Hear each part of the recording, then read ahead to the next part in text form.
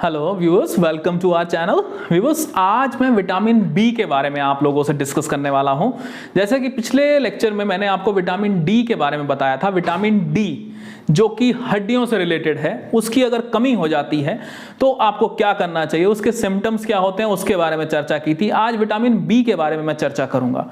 जी हाँ, आप सब लोग विटामिन बी के बारे में जानते हैं। 5th क्लास के अंदर ही हम पढ़ना चालू कर देते थे कि कौन कौन से विटामिन से कौन कौन सी बीमारी होती है, उसकी अगर डेफिशिएंसी हो जाए तो आप सब लोगों ने विटामिन बी की डेफिशिएंसी से सुना था। बेरी नामक एक बीमारी हो जाती है।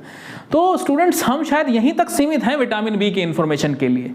इससे आगे हमने कभी सोचा नहीं और ना कभी जानने की कोशिश की कि क्या विटामिन बी का हमारी बॉडी के लिए होना, उसकी कमी होना क्या बहुत इंपॉर्टेंट रोल प्ले करता है, या फिर ये एक साधारण विटामिन है, इसकी सॉल्युबिलिटी क्या है, इसकी अगर कमी हो जाती है तो बॉडी में इसके क्या क्या सिम्टम्स हैं, कैसे हम पहचान सकते हैं कि हमें विटामिन बी की कमी है, और हमें कौन कौन से अंगों पे विटामिन बी की कमी का असर दिखाई देता है, और उसको हम डेफिशिएंसी अगर हो जाए तो उसको हम कैसे सही करते हैं। ये सारी चीजें अब हम थोड़े से इस 10 मिनट के 15 मिनट के लेक्चर के अंदर जानने की कोशिश करेंगे।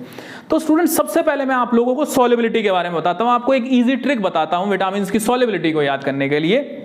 यहां पे हालांकि विटामिन बी जो है वो आरबीसीज और नर्व सेल्स, मैं आपको बता रहा हूं कि ब्रेन, नर्व सेल्स और आरबीसीज, इसकी डेवलपमेंट के लिए बहुत जरूरी होता है। यहां पे मैंने आरबीसीज की बात की तो रेड ब्लड सेल्स। सॉल्युबिलिटी को याद करने का तरीका बताता हूं, डब्ल्यूबीसी याद कर लीजिए आप। डब्ल्यूबीसी मतलब वाटर सॉल्युबल विटामिन है बी एंड सी। इसके अलावा जितने भी हैं A D E K is your fat soluble vitamins.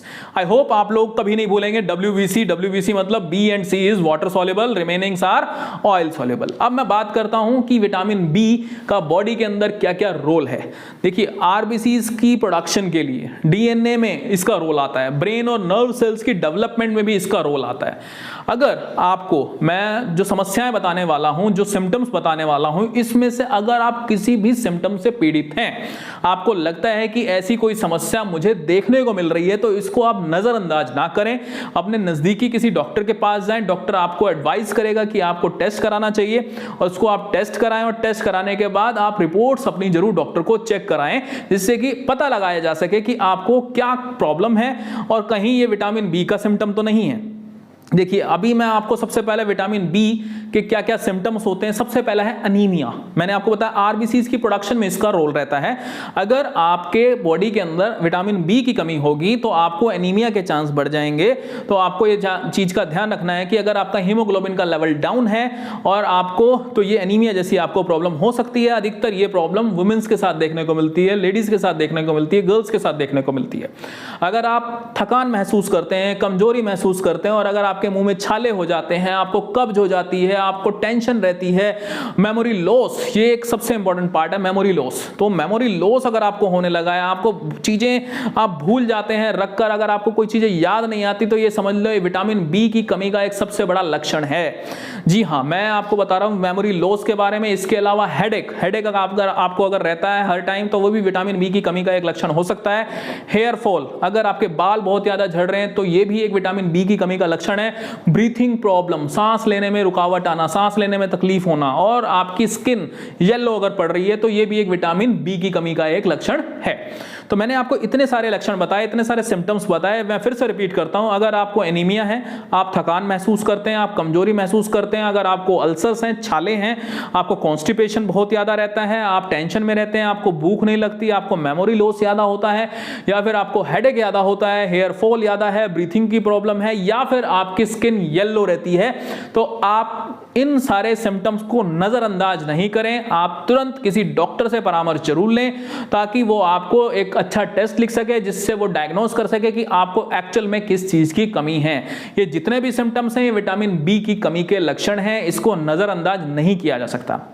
अभी इंपॉर्टेंट चीज, सबसे पहले डेफिशिएंसी अगर हो जाएगी विटामिन बी की, तो होगा क्या, आपका जो तंत्रिका तंत्र रहता है वो कमजोर हो जाता है, और आपको ब्रेन रिलेटेड डिसऑर्डर्स हो सकते हैं। अल्जाइमर का नाम आपने सुना होगा, डेमेंशिया का नाम आपने सुना होगा, मेमोरी लॉस। तो ये सारी की सारी चीजें हैं जो कि खराब हो सकती हैं, आपको ये सारे डिसीज हो सकती हैं।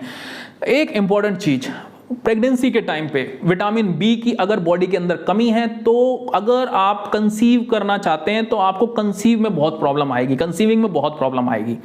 क्योंकि आपने देखा होगा कि जब भी आप डॉक्टर से परामर्श लेते हैं तो डॉक्टर आपको विटामिन बी, फॉलिक एसिड की गोलियां स्टार्ट करते हैं, तो ये आपके विटामिन बी का ही एक पार्ट है। अलग अलग क्लासिफिकेशन है विटामिन का, मैं केमिस्ट्री में डिटेल में नहीं जाऊंगा, मैं एक नॉर्मल लेमैन के लिए बताना चाह रहा हूं कि विटामिन बी और सेकेंड जो चीजें हैं आयरन। तो आपने देखा होगा प्रेगनेंसी के टाइम पर अधिकतर फॉलिक एसिड और आयरन, ये जो दो जो टैबलेट चलती हैं, उसके पीछे एक रहस्य रहता है। वो यही रहस्य है कि आपके बॉडी के अंदर विटामिन बी की कमी है तो आपको कंसीव करने में प्रॉब्लम आएगी। सेकंड नंबर पे अगर कंसीव हो चुका है, बॉडी के जो हमारा बेबी है उसकी ग्रोथ अगर प्रॉपर चाहिए तो उसके लिए भी विटामिन बी का बॉडी के अंदर संतुलित मात्रा में रहना बहुत जरूरी है। इसलिए डॉक्टर बाद में भी विटामिन बी जो आपकी फॉलिक एसिड है उसको कंटिन्यू रखते हैं और साथ में आपको क्या देते हैं, आयरन के भी सप्लीमेंट्स आपको दिए जाते हैं। एक ड्यू कोर्स ऑफ टाइम रहता है, उसमें डॉक्टर आपको सजेस्ट करता है कि किस टाइम पे कौन सी दवाई आपको देनी है। बिना डॉक्टरी परामर्श के आपको कुछ भी स्टार्ट नहीं करना, इस चीज का आपको ध्यान रखना है। Anaemia, red blood cells body के अंदर नहीं बनेंगी। जब नहीं बनेंगी तो आपको एक बीमारी होगी जिसका नाम होता है एनीमिया। तो ये एक बड़ा समस्या है, बड़ी गंभीर समस्या है, जिससे कि आपको सोचना चाहिए, समझना चाहिए। क्योंकि मैं मेमोरी लॉस की बार बार जो बात कर रहा हूं, कोरोना काल के बाद लोगों के अंदर विटामिन बी और विटामिन डी, ये दो एक ऐसी मुद्दे हैं जो कि चरम सीमा पर हैं। बहुत सारे लोगों के अंदर ये कमी पाई जा रही है।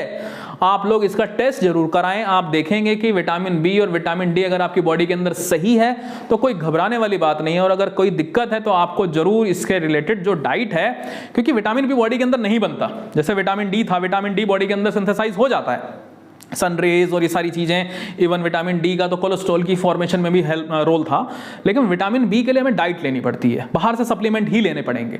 तो इसलिए आपको इसका खासा ख्याल रखना पड़ता है।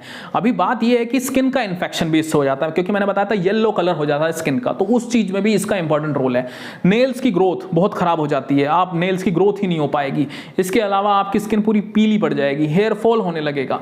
तो ये सारे के सारे सिम्टम्स हैं जो कि एक बीमारी है जो कि विटामिन बी की डेफिशिएंसी से आपको हो रही है। अभी बात आती है कि इसको ओवरकम कैसे किया जाए। इसको ओवरकम करने का सबसे सरल तरीका है, जो लोग नॉन वेजिटेरियन हैं उसको कोई प्रॉब्लम नहीं आएगी, क्योंकि प्रचुर मात्रा में विटामिन बी आपको क्या नाम है, मछली में, अंडे में और इन सारी जितने भी ये प्रोडक्ट्स आते हैं उन सब में मिल जाएगा। लेकिन जो वेजिटेरियन है, वेजिटेरियन क्या करें, वेजिटेरियन को आप ब्रोकली खा सकते हैं, आप मशरूम खा सकते हैं, आप टोफू खा सकते हैं, सोयाबीन खा सकते हैं, दही खा सकते हैं। ये कुछ ऐसी चीजें हैं जो कि हमारी डेली लाइफ से रिलेटेड है।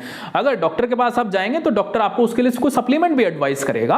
तो मैं अभी आपको सप्लीमेंट इसलिए एडवाइस नहीं कर रहा क्योंकि आपको अभी मुझे पता नहीं है कि आपको कौन सी विटामिन बी की कमी है।